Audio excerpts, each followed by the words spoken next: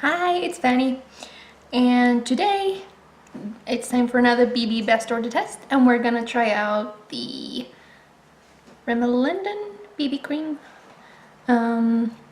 This one is a little bit strange with the marketing because I could buy it on Amazon in Canada, but then I didn't find it on any of their websites except the Australian one, where I got all the information about it.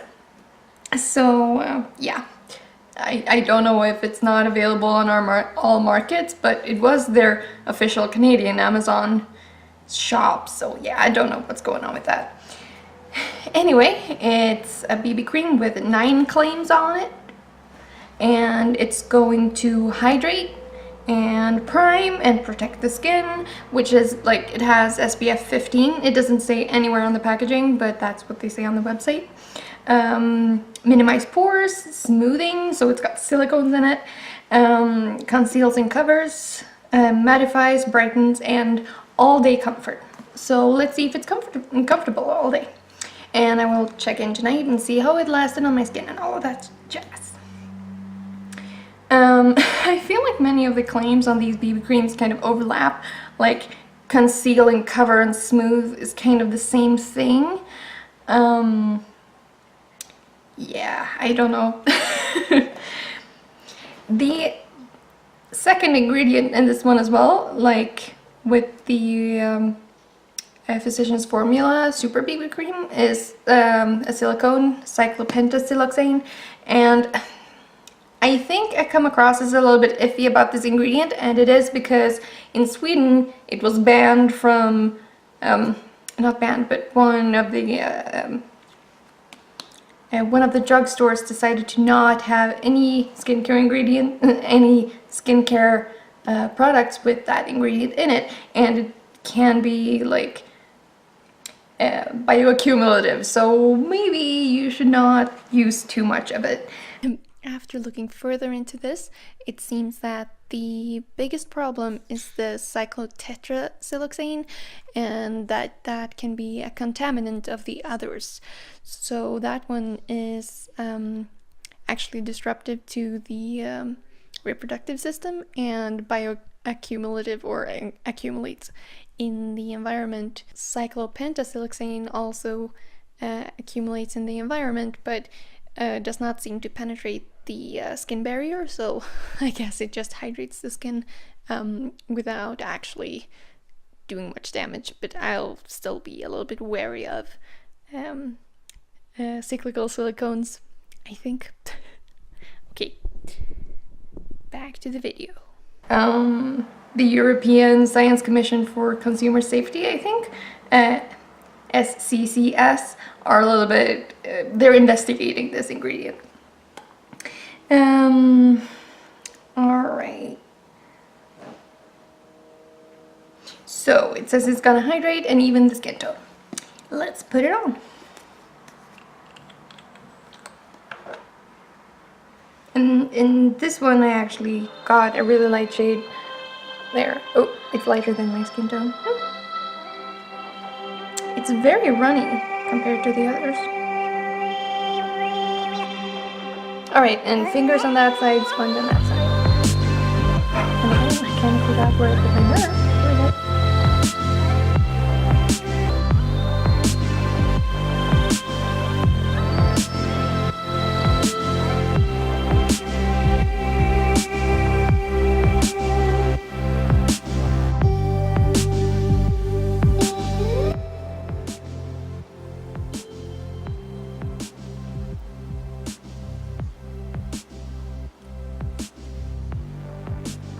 Ooh, that's pale, huh? But it actually has better coverage than I expected. Like, it has a little bit more pigment in it.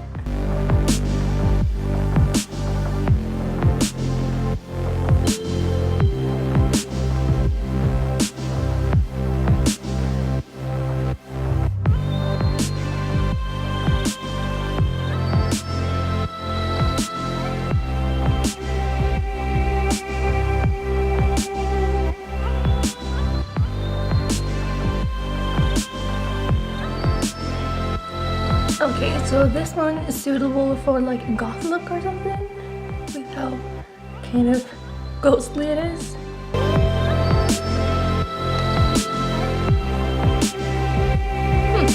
Doesn't look too bad compared to my neck though. And here we have the sponge.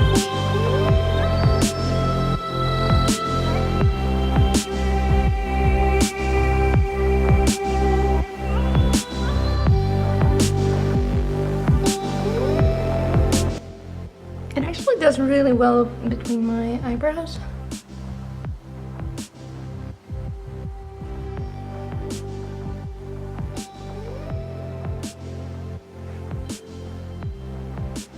And as usual, the sponge kind of soaks up basically all of it. Yeah, there's a difference.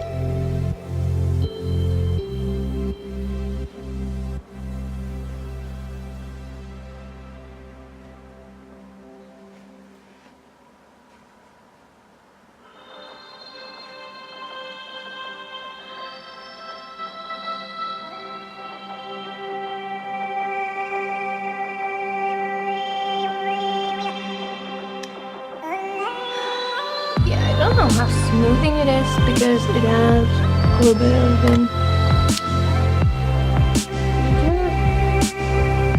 I think it might be because it's too light for my skin tone. And it looks like it's pulling a little bit.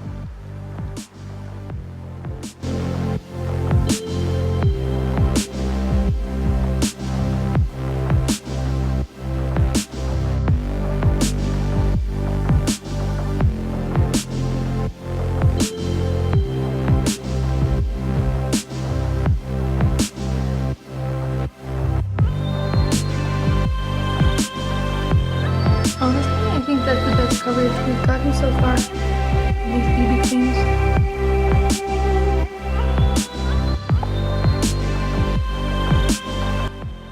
I mean, these little white spots, I guess that's just where it fills in the pores and it becomes more opaque. So basically it's reverse blackheads. Interesting.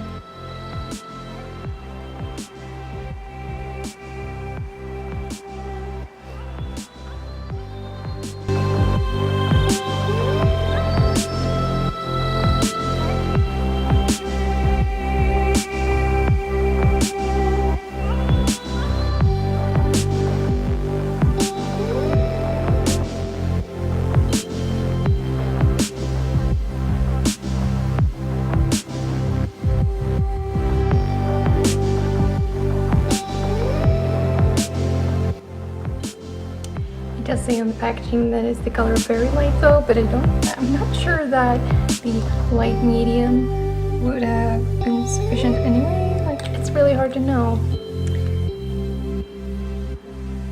It does look very much paler to me. Such is life when you shop on Amazon.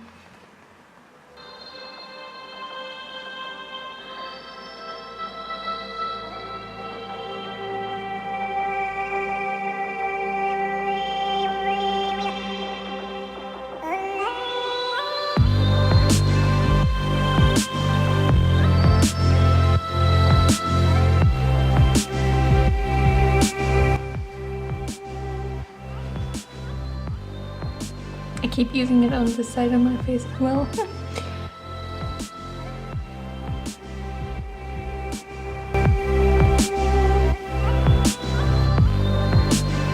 Even that too, I'm supposed to look nice. Okay, so I think we need some mascara. Yeah.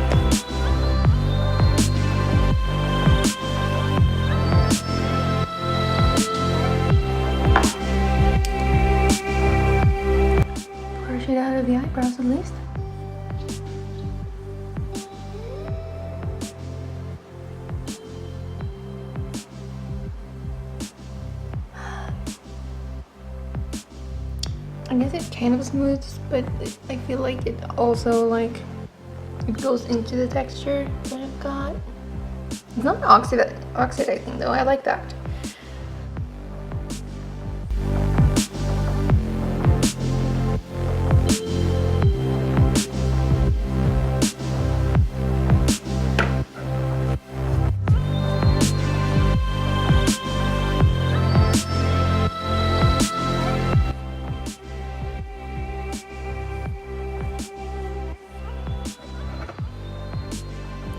It does say that it has an anti-dullness vitamin complex, and I saw like they have a compound that's similar to vitamin E and one that's similar to vitamin C in there. So I suppose that those are the ones that they refer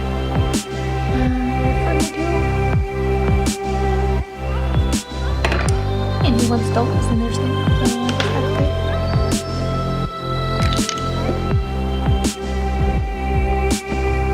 Great when the camera casts a shadow on your face when you try to film.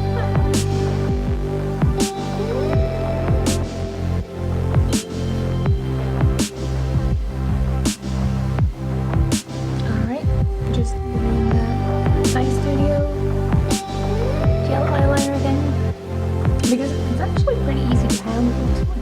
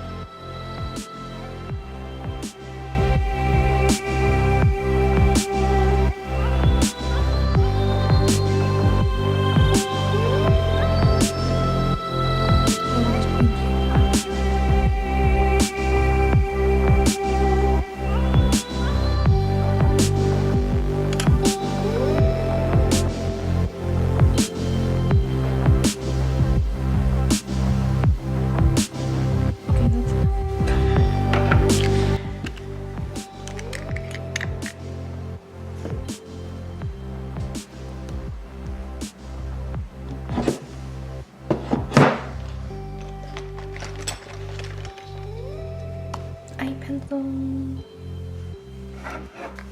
because that kind of goes with the look, I think.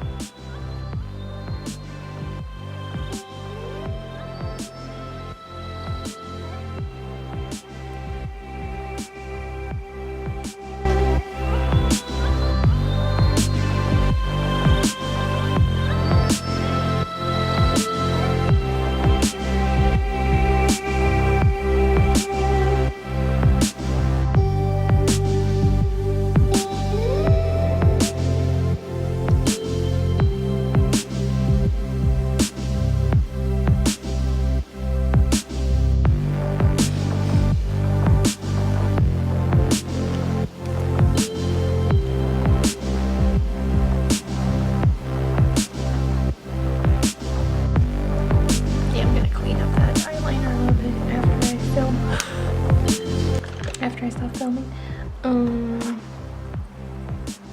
Maybe we should smudge it a little bit.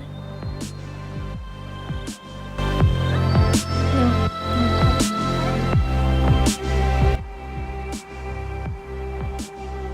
Yeah, we can do it.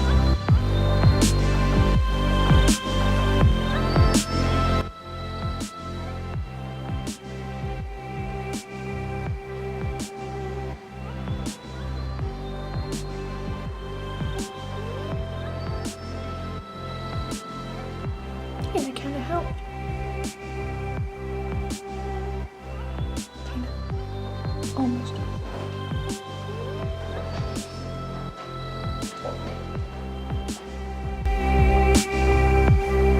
Let's do with the lips. Let's put up mascara first. What do you think?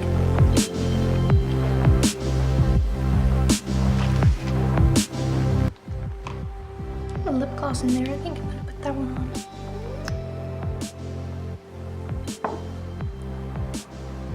Yeah, today's gonna be a challenge for the BB cream on my nose. Let's see how that holds up. Oh, look at that. We've got smudging issues. That is not uncommon when putting BB cream on your eyelids, but yeah, not ideal.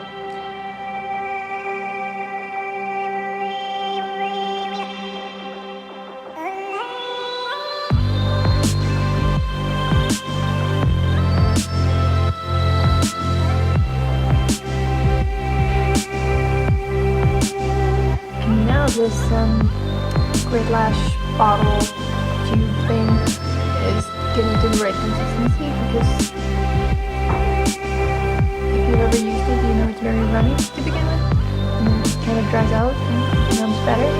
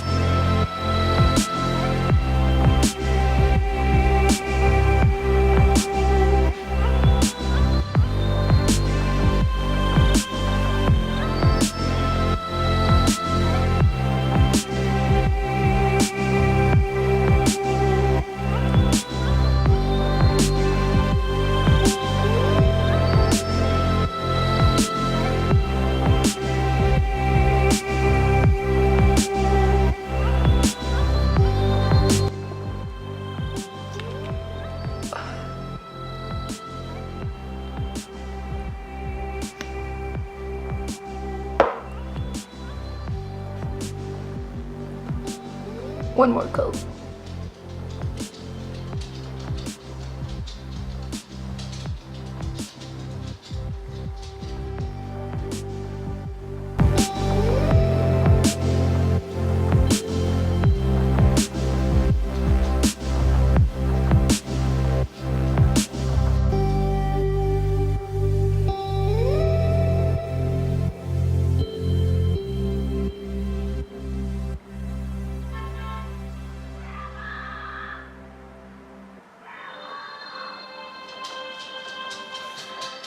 Oh, okay.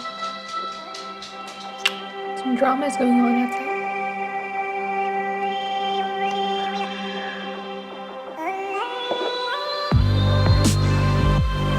We have like a high school across the street. So sometimes there are teenagers like today.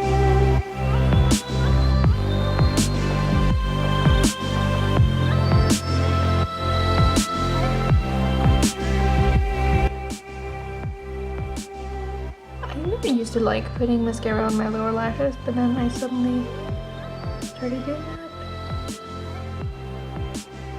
Because I think they easily look very spidery. Because they're actually quite long. Okay, one more coat on the other eye, and then I'll finish up the first impressions of this BB cream.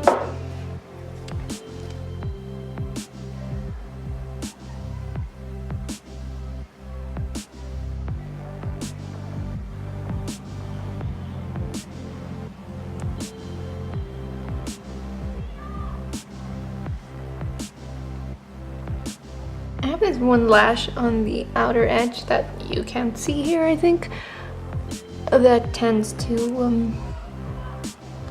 like it curls a little bit weird, so it makes the lashes out there feel strange. I'm not very comfortable at all.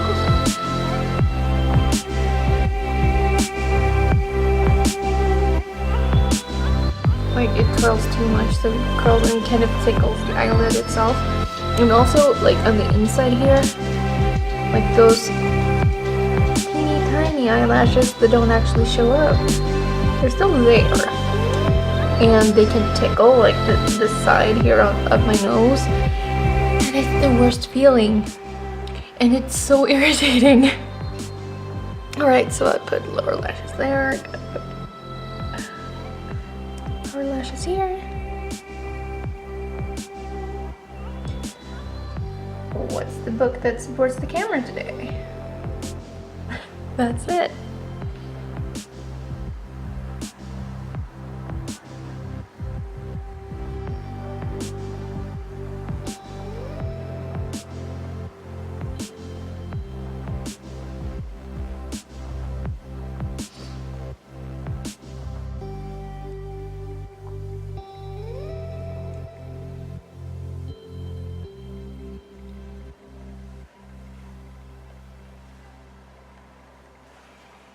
But hey, the BB cream is actually not rubbing off at all when I blow my nose and stuff.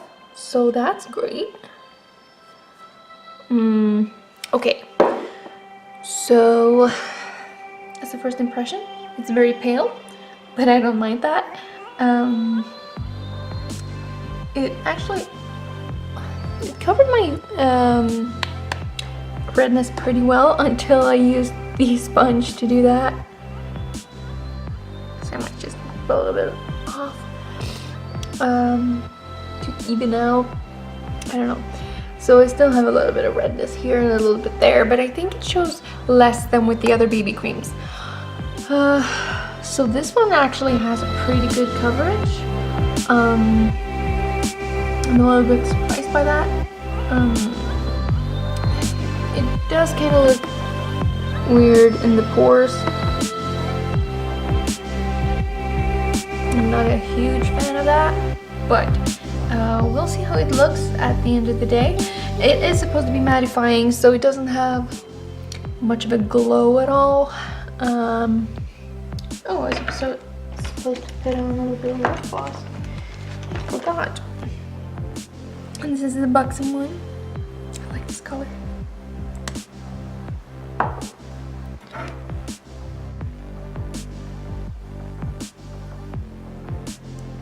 The purple with gold flecks. It's pretty.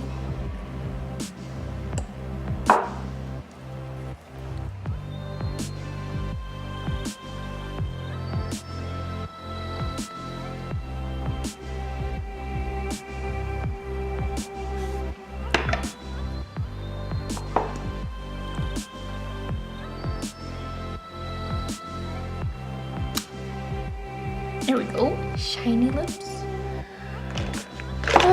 So BB cream. It looks alright.